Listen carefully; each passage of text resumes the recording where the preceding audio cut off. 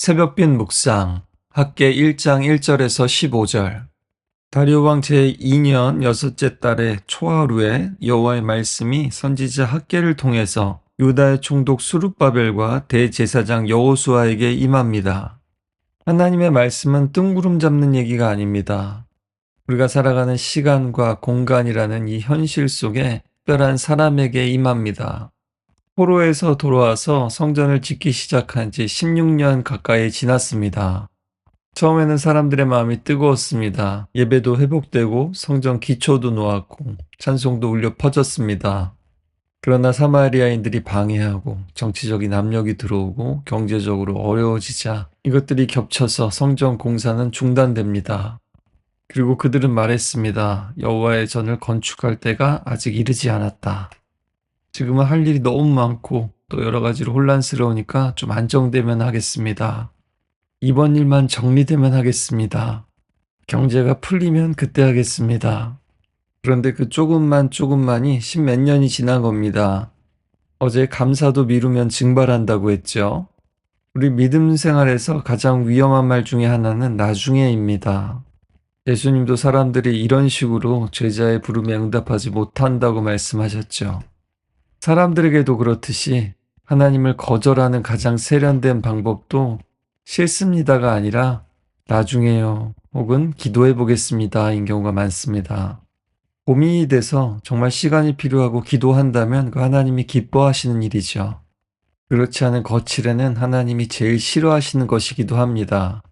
우리 가운데 누가 앞으로 주직 모임에는 절대 가지 않겠다. 기도 시간을 줄여야겠다. 성경은 나중에 읽어야 되겠다. 작정하고 결심하겠습니까? 잠시 미루고 오늘 미루어 놓은 것이 안개처럼 아무 소리 없이 우리를 둘러싸면서 믿음의 감각을 잃게 만드는 거죠. 그런 그들을 하나님이 흔들어 깨우십니다. 이 성전이 황폐하였거늘 너희가 이때에 판벽한 집에 거주하는 것이 옳으냐? 판벽한 집이라는 것은 패널로 치장된 아주 고급스러운 건축 형태를 말합니다. 솔로몬 성전구 왕궁에도 이와 같은 장식이 사용되었죠. 자신들의 집을 건축했을 뿐만 아니라 인테리어까지 화려하게 장식하고 마감했습니다. 하지만 하나님의 성전은 시작은 했지만 여전히 공사 중입니다. 아니, 짓다가 완전히 중단된 상태인 겁니다. 이 말씀을 오해해서는 안 됩니다. 집을 가지지도 말고 꾸미지도 말라는 말씀이 아니죠. 가정과 삶을 돌보고 경제활동을 하지 말라는 얘기도 아닙니다.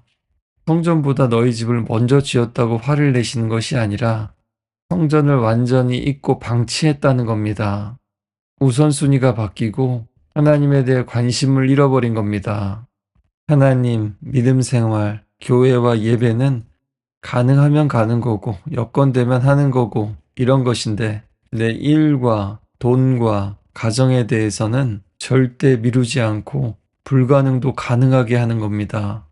최근 배우 전지현 씨의 인터뷰가 회자되고 있습니다.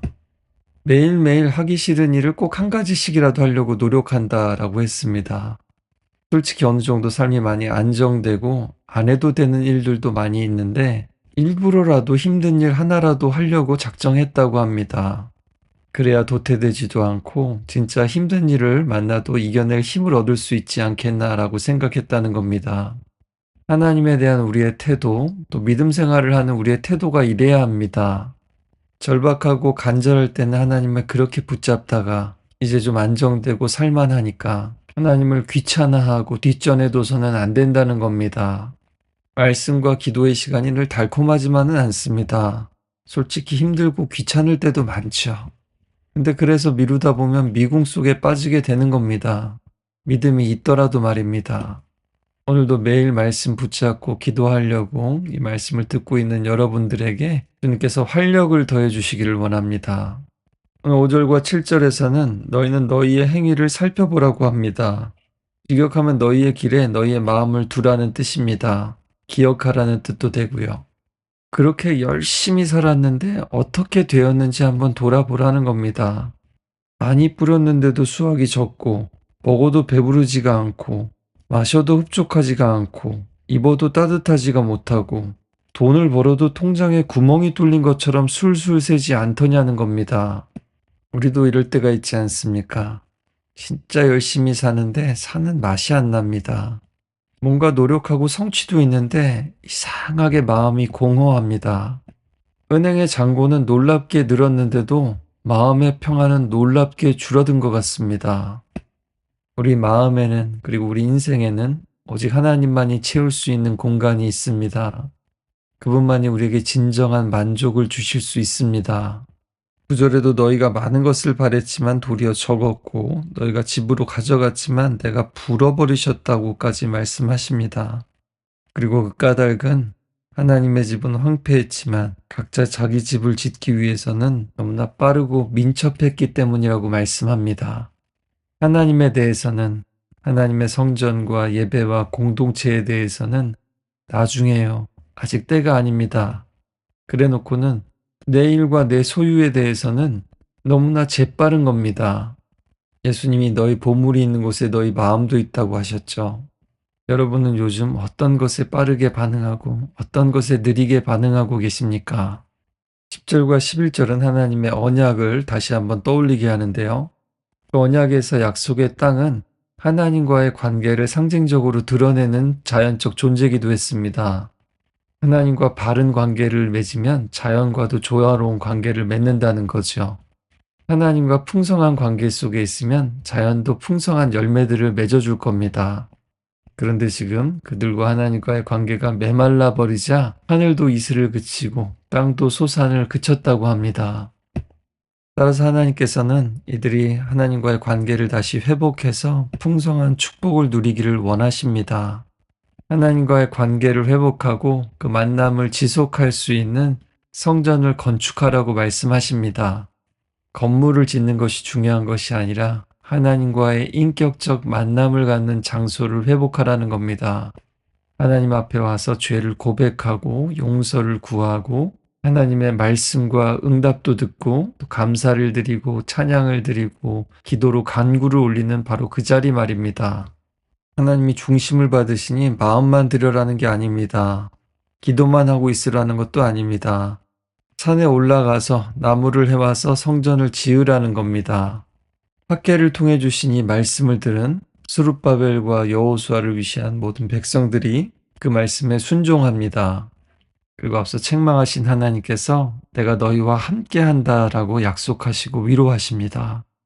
하나님은 하나님의 사람들을 부르셔서 사명을 맡기실 때 또 두려움 가운데 있는 하나님의 자녀들에게 또 예수님께서 하나님 우편으로 가시기 전에 늘 이렇게 말씀하셨습니다. 내가 너희와 함께 있을 것이다.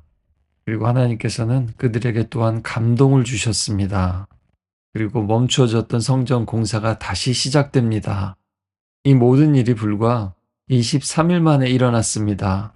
성령께서 임하시면 상황도 사람들의 마음도 얼마나 빨리 바뀔 수 있는지를 보여줍니다. 하나님께서 책망하실 때 그들이 깨닫고 다시 순종하기로 결심했을 때 하나님은 다시 함께 하신다고 약속하시고 마음에 감동을 주셔서 또 그 사명을 감당할 힘까지도 주셔서 감당하게 하십니다. 오늘 하나님 앞에서 아직 때가 아니라면서 미루고 있는 일이 있습니까?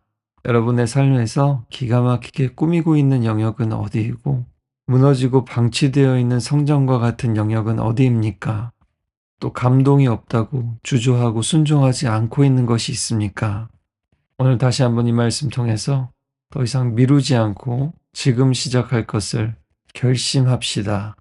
그리고 오늘부터 다시 바로 시작합시다.